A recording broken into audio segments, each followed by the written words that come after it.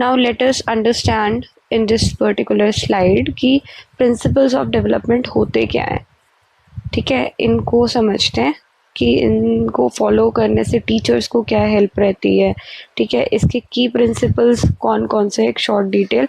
Then इस slide के बाद हम एक एक प्रिंसिपल को डिटेल में समझते हैं. ओके, सो अगर हम डेफिनेशन देखें प्रिंसिपल्स की, जो भी पहली बात, व्हेन आई से द वर्ड, जस्ट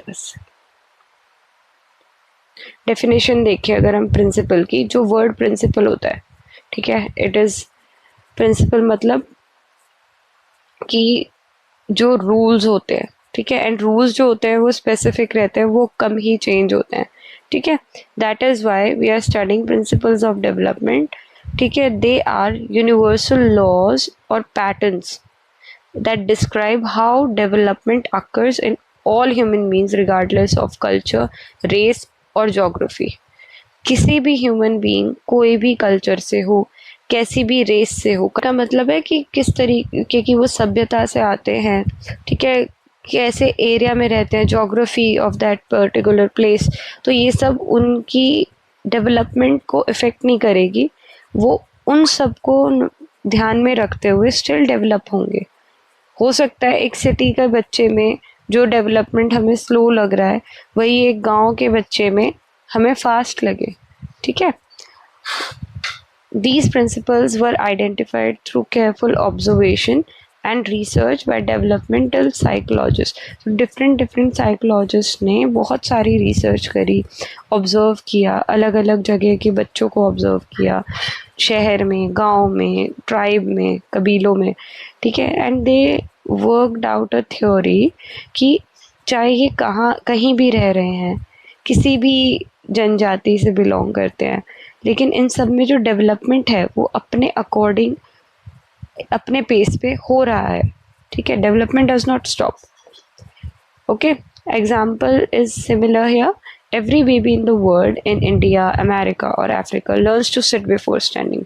कहीं भी रह रहा हो बच्चा किसी भी देश में, इंडिया, अमेरिका, अफ्रीका, वो हमेशा बैठना पहले सीखता है एंड उसके बाद ही स्टैंडिंग सीखता है. हमने कभी ऐसे कोई बच्चा नहीं देखा हो जो खड़ा होना पहले सीख रहा है और फिर वो बैठना सीख रहा है. No.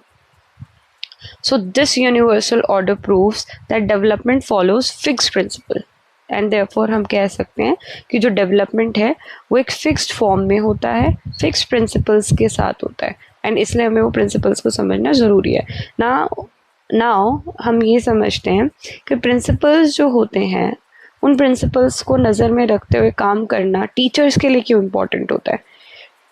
First point is, teachers को हेल्प मिलती है realistic expectations for each age group ये सेट करने में. रियलिस्टिक मतलब जो एक्चुअल में अचीव हो सकती हैं.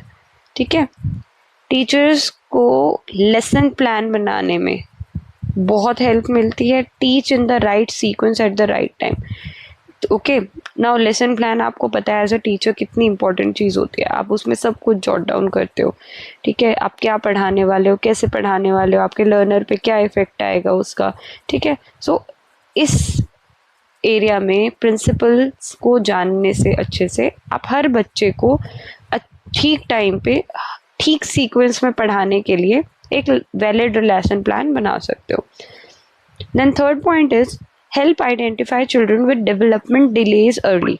नाउ अगर आप इतने ऑब्जर्वेशन के साथ काम करते हो अपने फील्ड में, तो आप अगर किसी बच्चे में डिले हो रहा है डेवलपमेंट, तो आप उसको एक अर्ली स्टेज पे डिटेक्ट कर पाओगे, पहचान पाओगे, और उससे उस बच्चे को बहुत मदद होगी.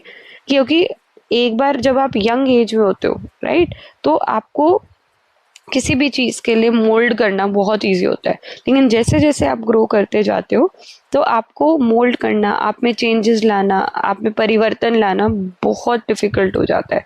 तो जितना जल्दी हो सकता है एक टीचर अगर कोई चेंज डिले डिटेक्ट करता है स्टूडेंट में, तो वो स्टूडेंट की लाइफ के लिए, अपकमिंग लाइफ के लिए उतना अच्छा होता है.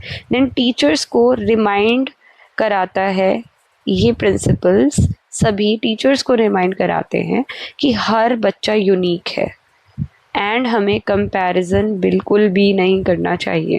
ठीक है, हर बच्चा अपने आप में अपने आप में अलग होता है और हर बच्चा एक दूसरे से अलग तरीके से डेवलप करता है। ज़रूरी नहीं है कि मेरे बच्चे को अगर रीडिंग नहीं आती है और उसी के क्लासमेट को रीडिंग बहुत अच्छे से आते है तो मेरा बच्चा कभी पढ़ नहीं पाएगा। No, he will learn but he will take his own time. Okay, now 8 key principles quickly हमने लास्ट क्लास में भी सीखे थे। हमने 8 principles quickly ये देख लेते हैं जो हमने लास्ट क्लास में भी पढ़े थे। First one is continuity, second one is cephalocaudal, third one is proximodistal, fourth one is individual differences, fifth one is general to specific, sixth one is interaction, H and E means here heredity and environment both, then uniform pattern, and the last one is interrelation, right? अब हम इन्हें details में पढ़ेंगे from the next slide. Let us start with that. Before that, I'll just read out this quick reminder that sequence of development is fixed and the speed varies between children. जो sequence होता है development का कि पहले बोलना सीखेगा, फिर बैठना सीखेगा, बैठने के बाद क्रॉल करना सीखेगा, ठीक है, देन खड़ा होना सीखेगा, that is fixed, sequence fixed है। स्पीड वेरी कर सकती है, स्पीड अलग हो सकती है, समय डिफरेंट ले सकता है बच्चा, ठीक है। All the 8 principles are universal, they apply to every child everywhere in the world, and ये हर बच्चे पे, हर ह्यूमन बीइंग पे एप्लीकेबल हैं ये प्रिंसिपल्स।